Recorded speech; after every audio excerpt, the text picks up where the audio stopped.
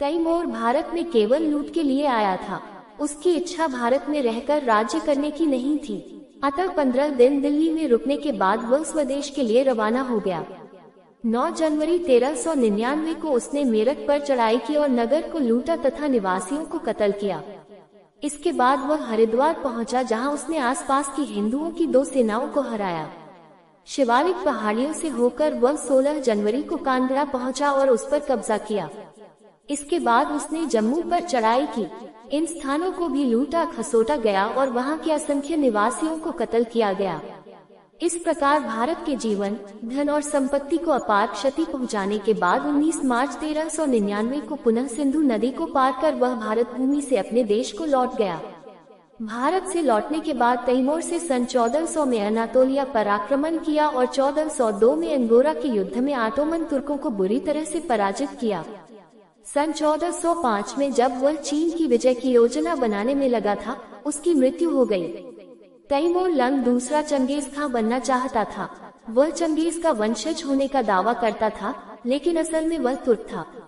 वह लंगड़ा था, इसलिए तैमूर लंग लंगड़ा कहलाता था।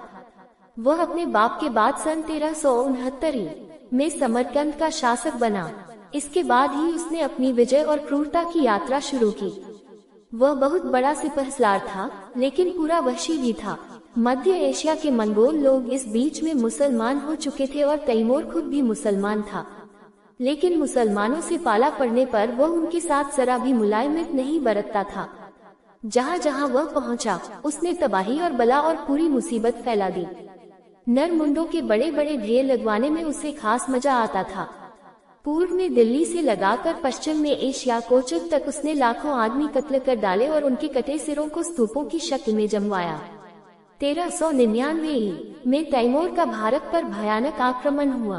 अपनी जीवनी तुजुक तैमूरी में वह कुरान की इस आयत से ही प्रारंभ करता है, ऐ पैगंबर, काफिरों और विश्वास न लाने वालों से युद्ध करो और उन पर सख्ती बरतो। वह आगे भारत पर अपने आक्रमण का कारण बताते हुए लिखता है, हिंदुस्तान पर आक्रमण करने का मेरा ध्येय काफिर हिंदुओं के विरुद्ध धार्मिक युद्ध करना है, जिससे इस्लाम की सेना को भी हिंदुओं की दौलत और मूल्यवान वस्तुएं मिल जाएं। कश्मीर की सीमा पर कटोर नामी दुर्ग पर आक्रमण हुआ। उसने तमाम पुरुषों को कत्ल और स्त्रियों और बच्चों को कैद करने का आदेश दिया। फिर उन हठी काफिरों के सिरों के मीनार खड़े करने के आदेश दिए। फिर भटनेर के दुर्ग पर घेरा डाला गया।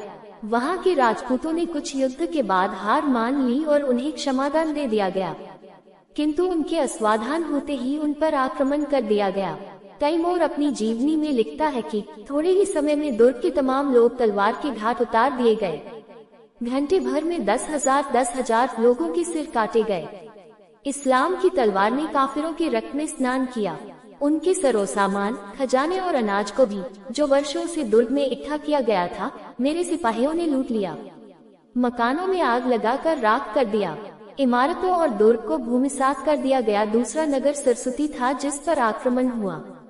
सभी काफिर हिंदू कत्ल कर दिए गए। उनके स्त्री और बच्चे और संपत्ति हमारी हो गई। तैमूर ने जब जाटों के प्रदेश में प्रवेश किया, उसने अपनी सेना को आदेश दिया कि जो भी मिल जाए कत्ल कर दिया जाए, और फिर सेना के सामने जो भी ग्राम या नगर आया उसे लूटा गया। पुरुषों को कत्ल कर दिया गया और कुछ लोगों, स्त्रियों और बच्चों को बंदी बना लिया गया। दिल्ली के पास लोनी हिंदू नगर था, किंतु कुछ मुसलमान भी बंदियों में थे। तैमूर ने आदेश दिया कि मुसलमानों को छोड़कर शेष सभी हिंदू बंदी इस्लाम की तलवार के घाट उतार दिए जाएं। इस समय तक उसके पास हिंदू बंदियों की संख्या 1 लाख हो गई थी।